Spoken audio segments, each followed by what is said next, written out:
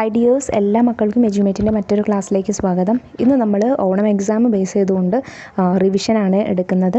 തൊഴിൽ വൈവിധ്യങ്ങൾ എന്നുള്ള സോഷ്യൽ സയൻസിലെ 3ാമത്തെ ചാപ്റ്ററാണ് കേട്ടോ എടുക്കുന്നത്. കഴിഞ്ഞ 2 പാഠങ്ങൾ നമ്മൾ റിവിഷൻ മുൻപ് ചെയ്ത് അപ്ലോഡ് ചെയ്തിട്ടുണ്ടായിരുന്നു. അപ്പോൾ വീഡിയോ കാണാത്തവർക്ക് വേണ്ടിയിട്ട് ഞാൻ അതിൻ്റെ ലിങ്ക് ഡിസ്ക്രിപ്ഷൻ ബോക്സിൽ കൊടുത്തേക്കാൻ കണ്ടു നോക്കുക. അല്ലെങ്കിൽ നിങ്ങൾ STD 5 സോഷ്യൽ സയൻസ് എന്നുള്ള STD 5 ക്വസ്റ്റ്യൻ പേപ്പേഴ്സ് എന്നുള്ള പ്ലേലിസ്റ്റ് എടുത്ത് നോക്കിയാൽ അതിലായിട്ടും നിങ്ങൾക്ക് ലഭിക്കുന്നതാണ്. ക്ലാസ്സിലേക്ക് കിടക്കുന്നതിന് മുന്നേ ചാനൽ ആദ്യമായി കാണുന്നവരാണെങ്കിൽ ഒന്ന് സബ്സ്ക്രൈബ് ചെയ്ത് സപ്പോർട്ട് ചെയ്യാൻ മറക്കല്ലേ. അതുപോലെ തന്നെ വീഡിയോ നിങ്ങളുടെ കൂട്ടുകാരിലേക്കും ഷെയർ ചെയ്ത് കൊടുക്കണേ. അപ്പോൾ ശരി, നമുക്ക് നേരെ ക്ലാസ്സിലേക്ക് കിടക്കാം. ഈ ചാപ്റ്ററിൽ വരാൻ സാധ്യതയുള്ള ഇമ്പോർട്ടൻ്റ് ആയിട്ടുള്ള ഒരു ചോദ്യമാണ് വരുമാനം എന്നാൽ എന്ത് എന്നുള്ളൊരു 1 വേർഡ് ക്വസ്റ്റ്യൻ വരാം. അപ്പോൾ എങ്ങനെ എഴുതാം? വിവിധ സാമ്പത്തിക പ്രവർത്തനങ്ങളിൽ ഏർപ്പെട്ടതിൻ്റെ ഭാഗമായി ഒരു വ്യക്തിക്ക് നിശ്ചിത കാലയളവിൽ ലഭിക്കുന്ന പണമാണ് വരുമാനം എന്ന് പറയുന്നത്. അടുത്ത ചോദ്യം നോക്കൂ. തൊഴിൽ എന്നാൽ എന്ത്? വരുമാനത്തിനായി ഒരു വ്യക്തി കായികമായോ ബൗദ്ധികമായോ ചെയ്യുന്ന പ്രവർത്തനമാണ് തൊഴിൽ. തൊഴിലിന് പ്രതിഫലം കൂലിയായോ ശമ്പളമായോ ലഭിക്കുന്നു. വ്യക്തികളുടെ പ്രധാന വരുമാന മാർഗമാണ് തൊഴിൽ. വരുമാന സ്രോതസ്സുകൾ എന്നാൽ എന്ത്? വരുമാനം ലഭിക്കുന്ന അധ്വാനമോ വസ്തുവകകളോ ആണ് വരുമാന സ്രോതസ്സുകൾ. ഉദാഹരണം കൃഷി, ബിസിനസ്, ബാങ്ക് നിക്ഷേപങ്ങൾ, ആസ്തികൾ തുടങ്ങിയവയെല്ലാം വരുമാന സ്രോതസ്സുകൾക്ക് ഉദാഹരണമാണ്. വിവിധ വരുമാന സ്രോതസ്സുകൾ ചിത്രീകരിച്ചിരിക്കുന്ന ഡയഗ്രാം പൂർത്തിയാക്കുക. നോക്കിക്കേ, നിങ്ങൾക്കിത് ഡയഗ്രാമായോ അല്ലെങ്കിൽ എങ്ങനെ ചോദിക്കാം? വിവിധ വരുമാന സ്രോതസ്സുകൾക്ക് ഉദാഹരണം എഴുതാനായിട്ട് ചോദിക്കാം. അപ്പോൾ ഏതൊക്കെയാണ്? ബാങ്ക് നിക്ഷേപം, ആസ്തികൾ, തൊഴിൽ, കൃഷി, ബിസിനസ് തുടങ്ങിയവയെല്ലാം നിങ്ങൾക്ക് എഴുതി ചേർക്കാവുന്നതാണ്. Next question. വിവിധ സ്രോതസ്സുകളിൽ നിന്ന് ലഭിക്കുന്ന വരുമാനം പട്ടികപ്പെടുത്തുക. വരുമാന സ്രോതസ്സുകൾ, വരുമാനം എന്നിങ്ങനെ ഒരു കോളം തരാം, പട്ടിക തരാം. അതിൽ വിട്ട ഭാഗം പൂരിപ്പിക്കുക എന്നുള്ള രീതിയിലായിരിക്കാം നിങ്ങൾക്ക് ഒരു പക്ഷേ ചോദ്യം വരുന്നത്. അല്ലെങ്കിൽ ഉദാഹരണമായിട്ട് എഴുതാനായിട്ടും അങ്ങനെ വരാട്ടോ. അപ്പോൾ കൃഷി വരുമാന സ്രോതസ്സാണെങ്കിൽ വരുമാനം വിളയാണ്. തൊഴിലാണെങ്കിൽ വരുമാനം കൂലി അല്ലെങ്കിൽ ശമ്പളമാണ്. ബിസിനസ് ആണെങ്കിൽ വരുമാനം ലാഭമാണ്. ബാങ്ക് നിക്ഷേപമാണെങ്കിൽ വരുമാനം പലിശയാണ്. ആസ്തികളാണെങ്കിൽ വരുമാനം പാട്ടം അല്ലെങ്കിൽ വാടകയാണ്. ഓഹരി നിക്ഷേപങ്ങളാണെങ്കിൽ വരുമാനം ലാഭവിഹിതമാണ്. വ്യക്തിഗത വരുമാനം എന്നാൽ എന്ത്? ഒരു വ്യക്തിക്ക് വിവിധ വരുമാന സ്രോതസ്സുകളിൽ നിന്ന് ഒരു നിശ്ചിത കാലയളവിൽ ലഭിക്കുന്ന ആകെ വരുമാനമാണ് വ്യക്തിഗത വരുമാനം. കുടുംബ വരുമാനം എന്നാൽ എന്ത്? ഒരു കുടുംബത്തിലെ അംഗങ്ങൾക്കെല്ലാം കൂടി ഒരു നിശ്ചിത കാലയളവിൽ ലഭിക്കുന്ന ആകെ വരുമാനമാണ് കുടുംബ വരുമാനം. അപ്പോൾ ഇത് നിങ്ങൾക്ക് ഇങ്ങനെ 1 വേർഡായിട്ടും ചോദിക്കാം. അല്ലെങ്കിൽ വ്യക്തിഗത വരുമാനവും കുടുംബ വരുമാനവും തമ്മിലുള്ള വ്യത്യാസം എന്ത് എന്നുള്ള രീതിയിലും ചോദിക്കാം. അപ്പോഴും ഇത് രണ്ടും എഴുതി കൊടുത്താൽ മതി കേട്ടോ. എന്താണ് കാർഷിക തൊഴിലുകൾ? പ്രകൃതി വിഭവങ്ങൾ ഉപയോഗപ്പെടുത്തി ഭക്ഷ്യവസ്തുക്കളുടെയും നാരുകളുടെയും ഉൽപ്പാദനത്തിനായി സസ്യങ്ങൾ വളർത്തുന്നത്, കന്നുകാലി വളർത്തൽ, മത്സ്യകൃഷി തുടങ്ങിയവ കാർഷിക തൊഴിലുകളാണ്.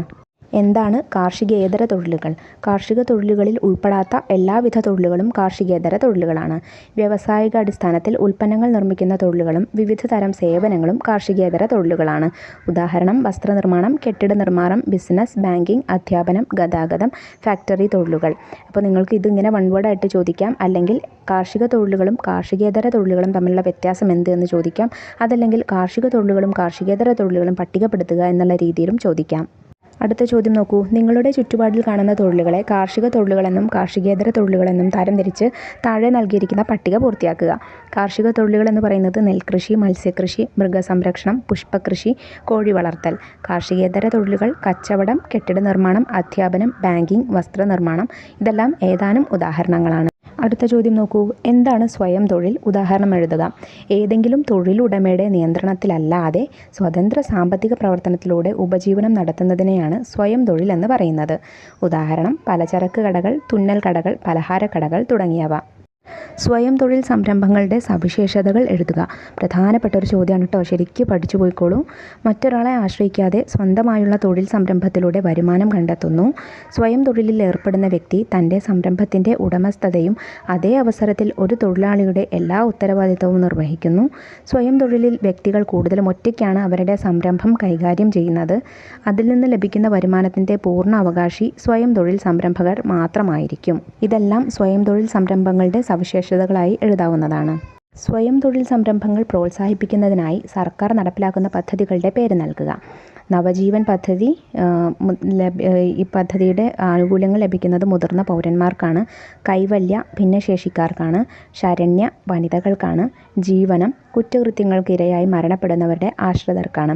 അപ്പോൾ ഇതെല്ലാം എന്താണ്? ഇത് ഒരുപക്ഷെ നിങ്ങൾക്ക് ഇതിന് ഉദാഹരണമായിട്ട് ചോദിക്കാം. എങ്ങനെ സ്വയം തൊഴിൽ സംരംഭങ്ങൾ പ്രോത്സാഹിപ്പിക്കുന്നതിന് സർക്കാർ നടപ്പിലാക്കുന്ന പദ്ധതികൾക്ക് ഏതാനും ഉദാഹരണങ്ങൾ നൽകുക, അങ്ങനെ ചോദിക്കാം. അല്ലെങ്കിൽ ഇത് എന്ത് ചെയ്യാം? പട്ടിക പൂർത്തിയാക്കുക എന്നുള്ള രീതിയിലും ചോദ്യം വരാട്ടോ. അപ്പോൾ ഈ ചാപ്റ്ററിൽ നിങ്ങൾക്ക് വരാൻ സാധ്യതയുള്ള ചോദ്യങ്ങൾ ഇതൊക്കെയാണ്. നല്ലതുപോലെ പഠിച്ചു പോവുക. വീഡിയോ വീണ്ടും വീണ്ടും കണ്ട് പഠിച്ചു വെച്ച് മനസ്സിലാക്കി പോവുക. അല്ലെങ്കിൽ എന്ത് ചെയ്യുക, നോട്ട് എഴുതിയെടുക്കുക. നോട്ട് എഴുതിയെടുത്ത് ബൈഹാർട്ട് ചെയ്ത് പഠിക്കുക കേട്ടോ. ഞാൻ ഇമ്പോർട്ടൻ്റ് ആണെന്ന് പറഞ്ഞ ചോദ്യങ്ങൾ എന്തായാലും മറക്കാതെ തന്നെ പഠിക്കണം.